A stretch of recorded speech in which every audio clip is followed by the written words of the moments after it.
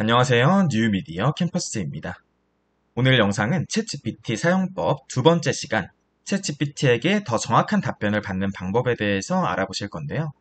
일단 지난 시간에 했던 것부터 살짝 짚고 넘어가 보도록 하겠습니다. 지난 시간에는 챗GPT가 어떠한 서비스인지에 대해서 알아봤고요. 그 다음에 활용 예시, 이제 챗GPT를 사용했을 때 어떤 식으로 활용할 수 있는지, 그리고 회원 가입을 한 다음에 실제 사용을 해봤는데요. 이제 질문도 해보고 답변도 받아봤습니다. 이 챗GPT라는 서비스 자체가 우리가 질문을 어떤 식으로 하느냐에 따라서 답변이 천차만별로 나뉘기 때문에 이제 질문을 어떻게 하느냐가 참 중요합니다. 이번 시간에는 챗GPT에게 더 정확한 답변을 받는 팁 4가지를 가져왔는데 이제 이 팁들을 알아보면서 우리가 원하는 결과를 어떤 식으로 챗GPT에게 얻어낼 수 있는지 알아보도록 하겠습니다. 일단 아래는 사용법 4가지, 챗GPT에게 더 정확한 답변을 받는 방법 4가지를 제가 적어왔고요. 그리고 가장 위에 챗GPT는 똑똑하면서 센스가 없다라고 되어 있는데 여기가 어떻게 보면은 챗GPT를 가장 잘 소개한 문장이라고 생각합니다. 결국에 챗GPT의 핵심은 우리가 질문을 하고 그거에 따른 답변을 챗GPT한테 받는 게 핵심이에요. 사용법은 그냥 이게 끝입니다. 근데 우리가 사람한테 일을 시키면요. 그냥 뭐 두루뭉실하게 얘기를 해도 센스가 있는 사람이면은 그냥 대충 알아듣고 우리가 원하는 바를 이행해 줍니다. 근데 챗GPT는요. 그 사람보다 훨씬 더 똑똑하지만 그 사람보다 훨씬 더 센스가 떨어져요. 우리가 어떻게 질문을 하느냐에 따라서 답변이 정말 우리가 원하는 답변과는 전혀 다른 이상한 답변을 해줄 수도 있고요. 우리가 어떻게 질문을 하느냐에 따라서는 이제 우리가 원하는 답변만 이렇게 딱 해줄 수도 있는 거죠. 그렇기 때문에 챗GPT는 최대한 상세하게 적어주는 게 가장 중요한데요. 결국 챗GPT를 더 잘 이해시키면 더 잘 이해시킬수록 챗GPT가 우리가 원하는 답변을 줄 확률이 높아진다는 겁니다. 이제 아래 예시, 총 4가지의 예시들을 보면서 챗GPT를 어떻게 더 이해시킬 수 있는지 알아보도록 하겠습니다. 일단 첫 번째로 원하는 바를 상세하게 작성하는 방법입니다.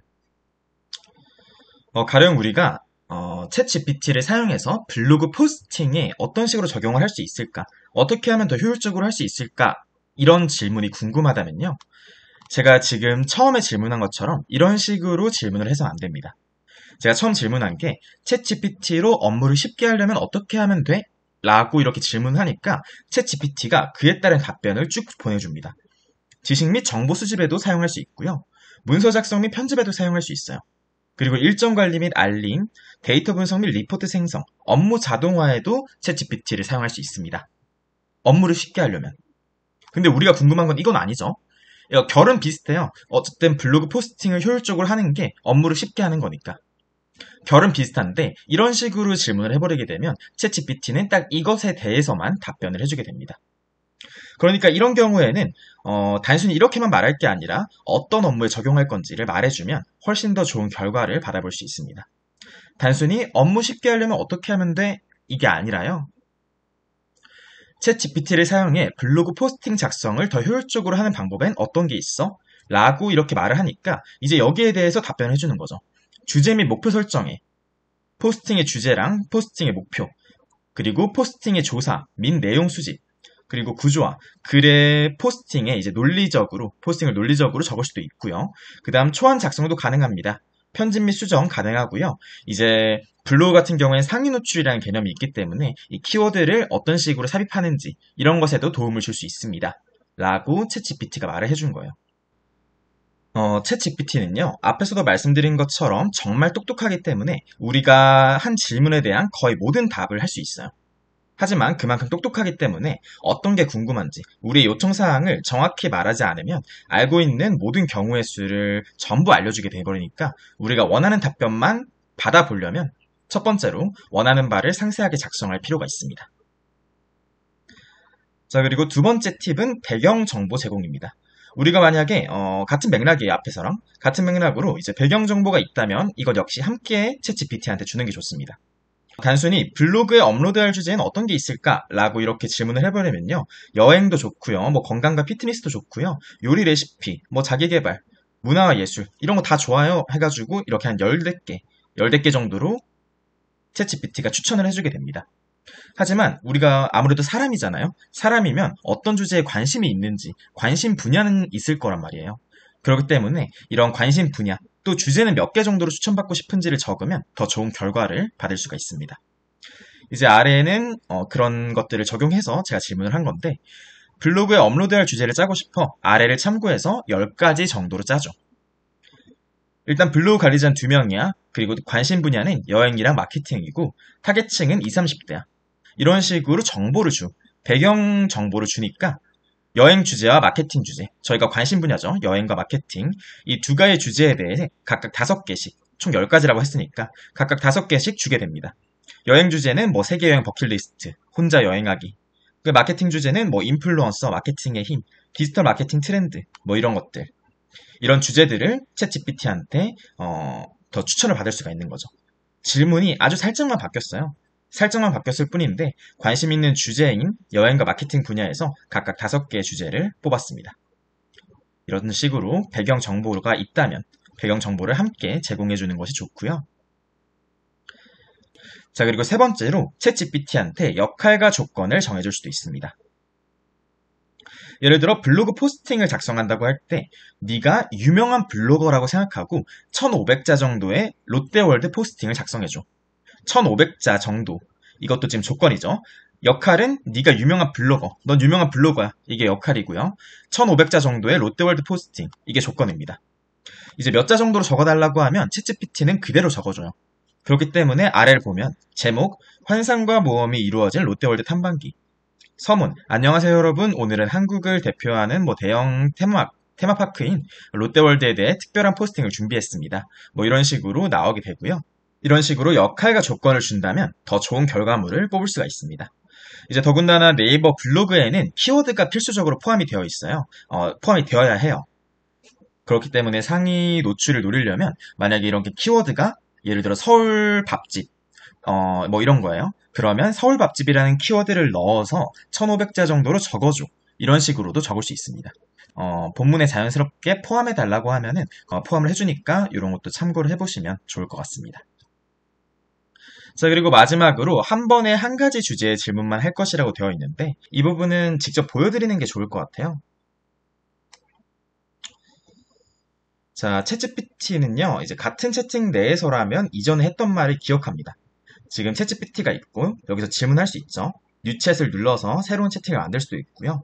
이렇게 만들어진 채팅 목록들은 이 왼쪽에다가 다 정리가 되게 됩니다. 챗GPT는 같은 채팅에서라면 이전에 했던 말을 기억한다고 했었는데 예를 들어서 여기 블로그 주제 아이디어라는 주제에 채팅이 있습니다.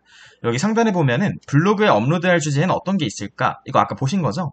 제가 이렇게 질문을 해가지고 챗GPT가 여행 팁과 추천, 요리 레시피 공유, 건강과 피트니스 이런 식으로 답변을 해준 거예요. 여기서 챗GPT가 말을 기억한다는 게 위에서 했던 말을 굳이 한 번도 하지 않아도 지금 여기 3번에 건강과 피트니스 있죠? 3번에 대한 세부 주제를 적어줘. 10가지 정도 적어달라고 해볼게요. 10가지 정도로 적어줘. 자, 보면은 지금 블로그에 업로드할 주제 이런 말 아무것도 안 썼어요. 이 3번이 어떤 건지조차 제가 명시를 해놓지 않았습니다. 근데 이런 식으로 보내게 되면요. 3번에 있는 건강과 피트니스를 주제로 그냥 굳이 말하지 않아도 그 이전에 했던 질문과 답변을 기억하고 3번에 건강과 피트니스에 대한 10가지 주제를 이렇게 추천해주고 있습니다. 이제 이런 말이에요. 이 채팅을 기억한다는 건요. 같은 채팅 내에서만 기억을 하는 거예요. 얘를 다 사람이라고 한번 생각해 보시면 좋거든요. 얘가 너무 지금 보이니까. 여기 챗GPT. 지금 여기서 보면은 여기는 3가지의 채팅 목록을 제가 캡처를 해놨어요. 이 3가지가 1, 2, 3번이 전부 다른 사람이라고 생각하시면 돼요. 1번 사람한테 했던 말을 2번 사람은 모르겠죠, 당연히. 우리가 선생님한테 했던 말을 부모님이 알진 않잖아요. 이런 식으로 각각 다른 사람이라고 생각하시면 돼요. 근데 왜 한 번에 한 가지 주제의 질문만 할 것이라고 적어놨냐면 저 같은 경우에도 지금 이게 많은 경우는 아닌데 연계가 돼가지고 뒤에 질문이 이렇게 보이는 경우가 몇 번 있었어요. 예를 들어서 이제 블로그, 너가 아까 역할 지정했었죠. 너가 아주 유명한 블로거라고 생각하고 글을 써줘 했는데 이제 그러면 이제 좀 더 블로그식으로 블로거처럼 이렇게 글이 꾸며져서 나온단 말이에요. 근데 그 다음에 이제 저는 리포트를 작성해야 됐었어요. 근데 리포트를 작성하려고 리포트 해줘 하니까 이제 블로거식으로 막 말을 꾸며내가지고 말을 해버리는 거예요. 이제 이런 식으로 약간의 영향성이 있을 수 있으니까 하나의 채팅에서는 한 가지 주제에 대해서만 질문을 하는 것이 좋습니다.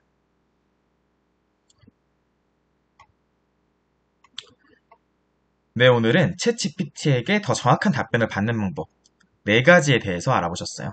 첫 번째로 원하는 바를 상세하게 작성하고, 두 번째로 배경 정보를 제공하고, 세 번째로 역할과 조건을 지정하고, 마지막으로 한 번에 한 가지 주제의 질문만 하면 우린 챗GPT한테 더 정확한 답변을 받을 수가 있습니다. 네, 영상 봐주셔서 감사합니다. 다음 영상에서는 이 챗GPT에서 뭐 표나 아니면 뭐 CSV 파일 이런 형식으로 포맷을 지정해가지고 답변을 받을 수도 있거든요. 그 방법에 대해서 알아보도록 하겠습니다. 영상 봐주셔서 감사합니다. 뉴미디어 캠퍼스였습니다.